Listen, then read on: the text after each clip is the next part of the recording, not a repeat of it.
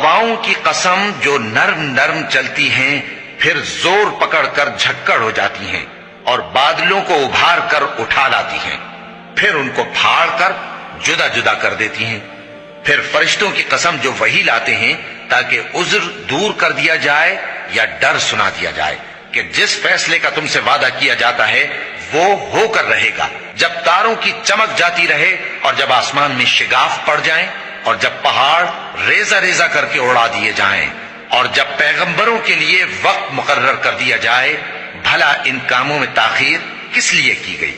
فیصلے کے دن کے لیے، اور تمہیں کیا خبر کہ فیصلے کا دن کیا ہے؟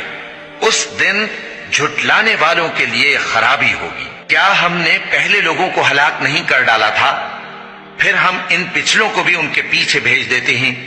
ہم گناہگاروں کے ساتھ ایسا ہی کیا کرتے ہیں۔ اس دن جھٹلانے والوں کی خرابی ہوگی۔ کیا ہم نے تم کو حقیر پانی سے نہیں پیدا کیا، پھر اس کو